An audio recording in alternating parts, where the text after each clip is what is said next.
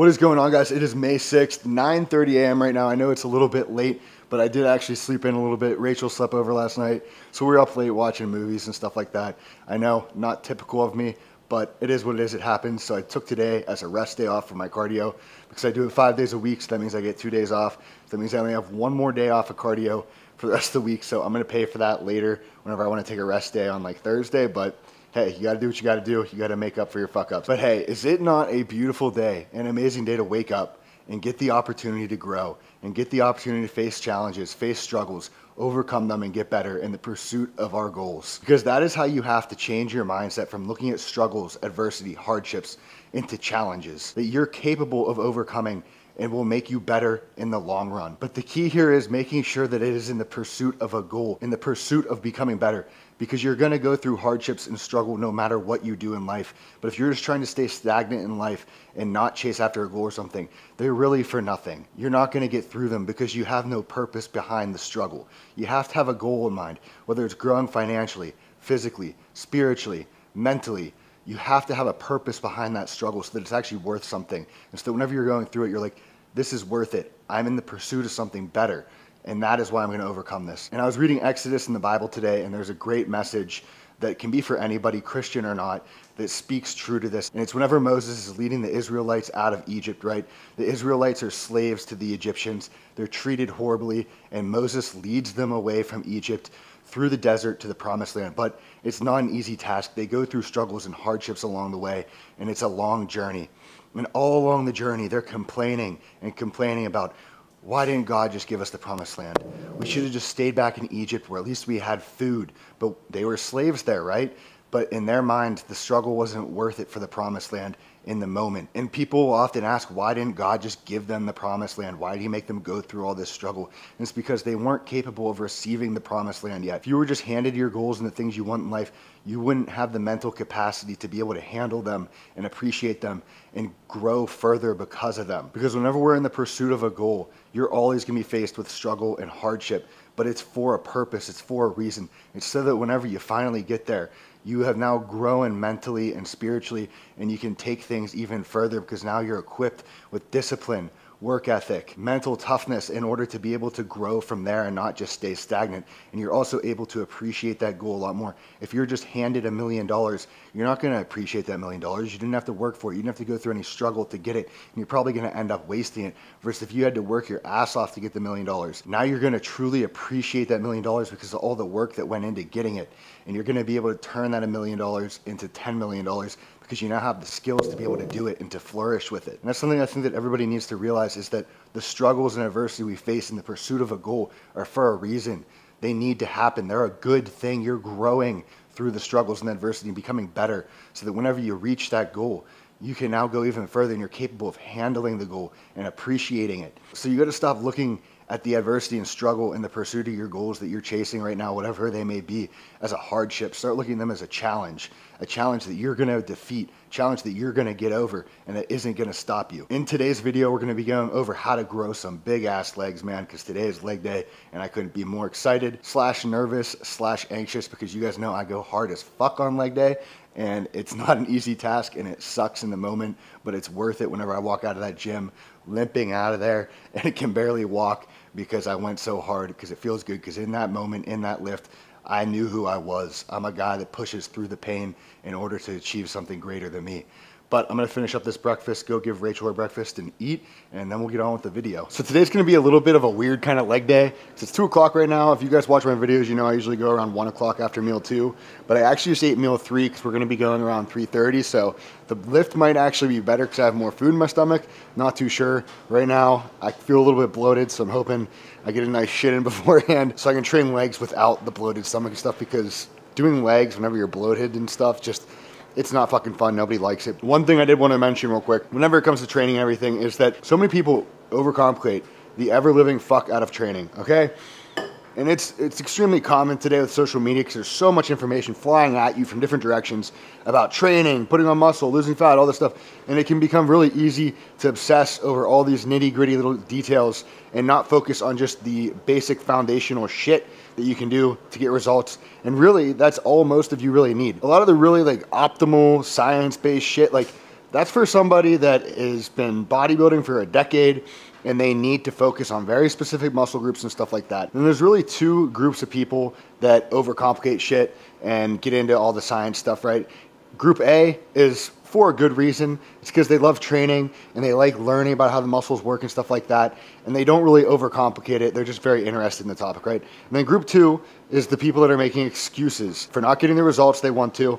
And so they're looking to blame anything outside of the fact that they aren't lifting the failure and not eating enough food, because those are really the two basic things you need to build muscle at the end of the day with any muscle group, legs, whatever. All you really need is 10 to 12 working sets per week, with those working sets going to absolute fucking failure, and then eating enough food, and you're gonna grow. As long as you're doing the other basic shit correctly, right? Like you're not swinging the weights around, you have control over the weight while you're lifting, and all that just like basic stuff that you should know already, right? But what a lot of people do is they'll see this fucking TikToker that's like, oh, do this exercise to grow your arms. And they think this magic exercise is gonna solve all their issues for why their arms aren't growing.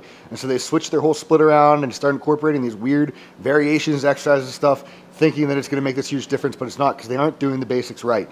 And a lot of people expect results way sooner than they're really gonna come. Muscle growth takes time. Fat loss can be fast, but muscle growth takes time.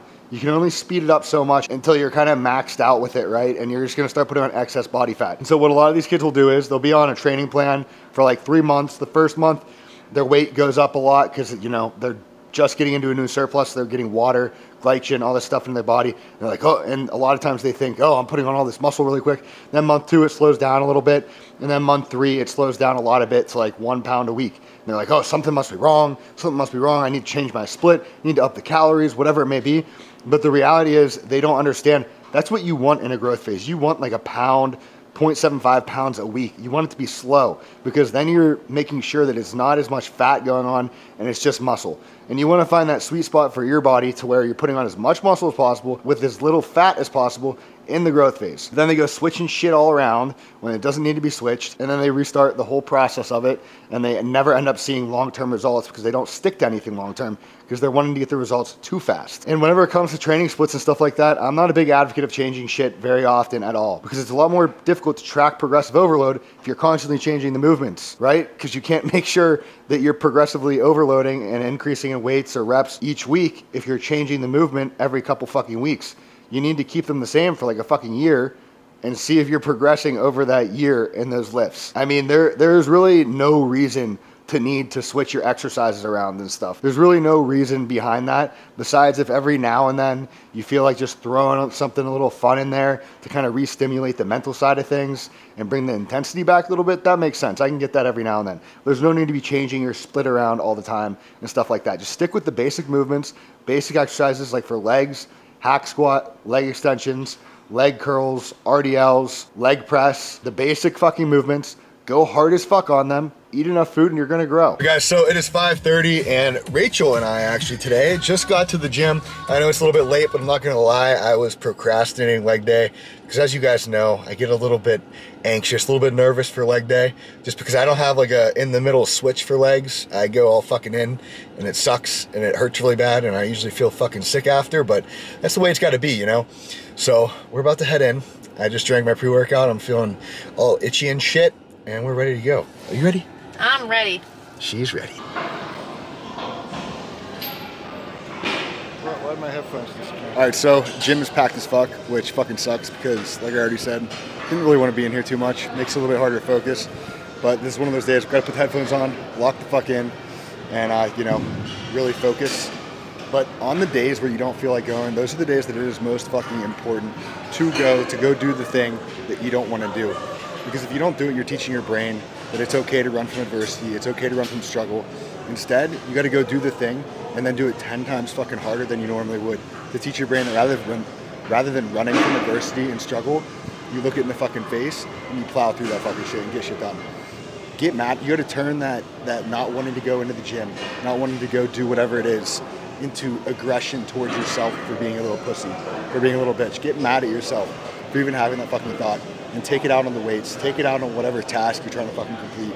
Because sometimes it's cool to be zen and you control your emotionship, but sometimes you need that pure fucking aggression and just to put it into whatever the fuck you're doing so you can give it everything. But We did this for 8 last week, so we're gonna see what we can do this week.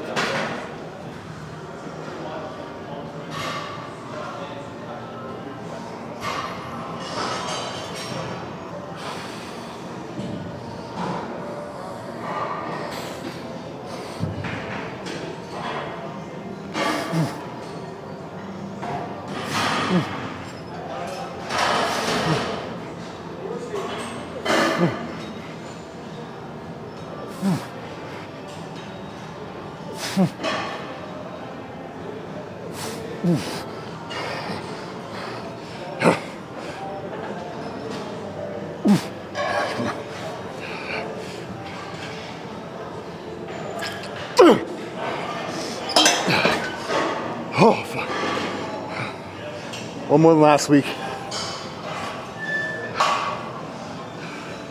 It's all about one more than last week. Get fucking set.